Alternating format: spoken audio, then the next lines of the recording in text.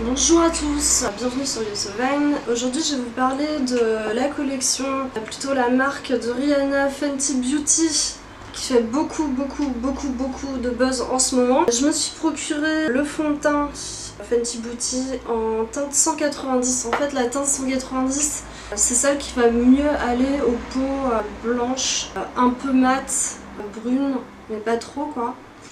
Ça m'est arrivé plusieurs fois de me tromper de couleur de fond de teint et là je voulais pas je voulais pas me tromper, donc je me suis référée à des personnes qui avaient à peu près le même teint que moi, c'est-à-dire des blogueuses telles que Gabrielle de la Loge de Gabrielle ou mon blog de filles. Donc c'est la teinte 190, c'est celle qui a des sous-tons neutres. A priori voilà, c'est celle où on peut le moins se planter si on est brune avec la peau plutôt mat claire. Ce que je dois dire quand même, c'est que ce faux teint pro filtre, je m'en suis pas rendu compte tout de suite parce que je l'avais vachement dilué au premier essai, mais la teinte est plus claire que ma peau. Mais après, si j'avais voulu prendre un fond de teint plus foncé dans la gamme de Fenty, ça aurait peut-être été trop jaune ou trop brun. Mais je dois dire que voilà, le fond de teint est plus clair que ma peau. Au niveau du packaging, alors il est super canon, c'est la même compagnie qui s'occupe des Kat Von D et des marques Jacobs, et ça se voit, enfin vraiment le packaging est ultra beau au niveau du design, de la police.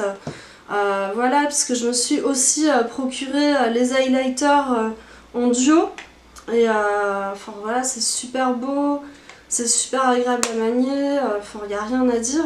Au niveau du fond de teint, donc c'est un fond de teint qui est mat, qui est moins agréable à étaler que d'autres fonds de teint.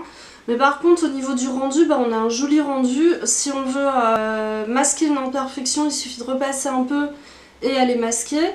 Que dire de plus, voilà, c'est un fond de teint mat qui est de qualité, qui est poudré, qui peut marquer les zones de sécheresse, qui est vraiment plutôt pour les gens qui ont la peau grasse à mixte. C'est un bon fond de teint, il coûte 33 €, donc pour le prix, oui, il est assez sympa. Moi je le trouve plutôt sympa, bien que je préfère un de mes autres achats qui est le Double Wear Nude d'Estée Lauder, mais Estée Lauder c'est un peu mythique, et il paraît que ce fond de teint c'est le meilleur. Mais moi j'ai voulu porter la marque pour cette vidéo, Fenty Beauty, vu que tout le monde s'y intéresse, que ça vient tout juste de sortir. Bon ok, Estée Lauder aussi, mais c'est plus connu, alors que là on a une nouvelle marque et je vais vraiment vous montrer ce que ça donne. Par dessus, là j'ai ce qui change un peu, parce que sinon j'ai l'air toute blanche, hein. Pour dire la vérité, avec ce fond de teint j'ai l'air toute blanche. Ce que j'ai mis aussi, c'est l'highlighter. Donc il y a un côté crémeux, clair, qui disons est plutôt pour la journée, un côté vraiment shiny, plus pour les soirées. Donc ça c'est vraiment sympa, ces highlighters en duo. Dans la partie shiny, on a vraiment des vraies paillettes dorées. Au milieu de tout ça, il y en a que ça gêne un peu, moi ça me gêne pas. Je trouve que c'est super joli. Bon, on le voit vraiment quand, je sais pas si vous le voyez sur la caméra, mais quand on fait ça, on le voit vraiment. Mais je trouve que ça fait un super, j'ai choisi la teinte, les teintes les plus foncées. Donc c'est Ginger Binge et Moscow Mule. Je trouve que c'est super vraiment pour faire les blushs et les utiliser aussi pour les yeux dans une couleur tout à fait tendance, parce que j'ai pas mal d'highlighters, donc je me suis dit un highlighter doré de plus. Voilà, j'étais attirée par cette couleur. C'est peut-être une couleur à la base qui est pour les peaux plus foncées, mais après tout un highlighter autrement on l'utilise quoi, sur l'arête du nez, en haut des lèvres, sur le menton. Donc bon, j'en ai plein comme ça. Je suis pas forcément à l'aise d'avoir de l'highlighter là sur cette zone là. Et vraiment là je trouvais ça super sympa comme couleur, et je trouve que c'est de la qualité. Voilà, donc au niveau du fond de teint, en résumé, on a quelque chose de plutôt qualitatif, mat. Il y a encore mieux comme fond de teint au niveau purement produit, mais c'est pas une déception.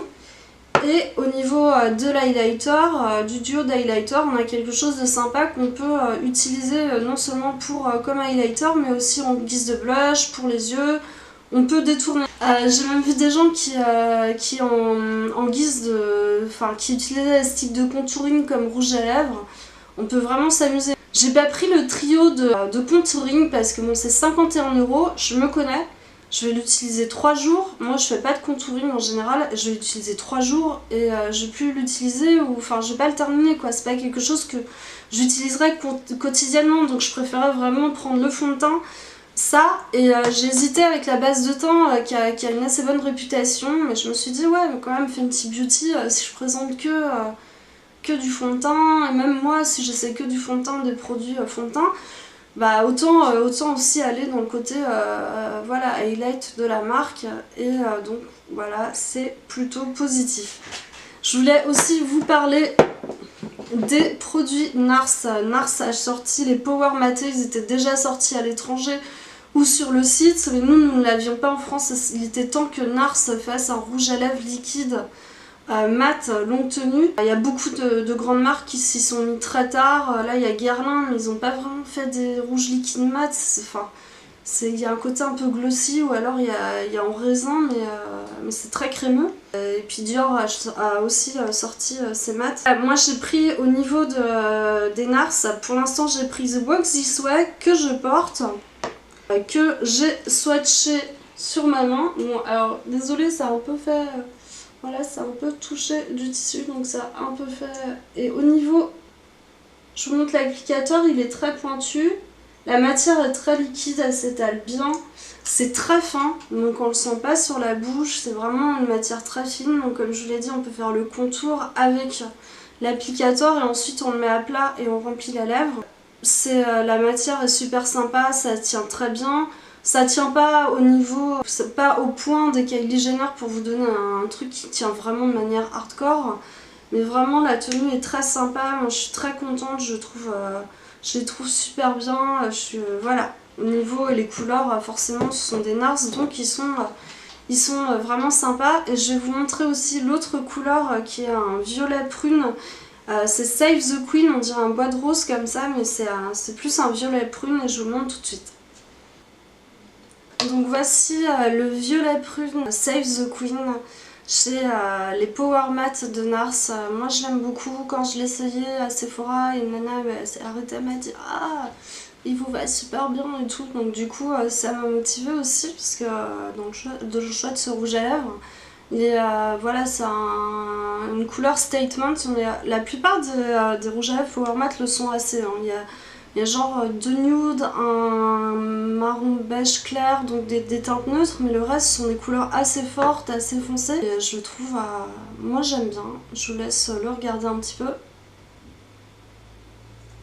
Et je le swatch sur ma main, hop, juste en dessous du Walk With Me. Là il n'est pas tout à fait sec, vous voyez quand il n'est pas sec ça donne pas exactement la même couleur. Aussi ouais, je voulais vous dire, au niveau du fond de teint de Fenty Beauty de Rihanna, je me rends compte quand même que...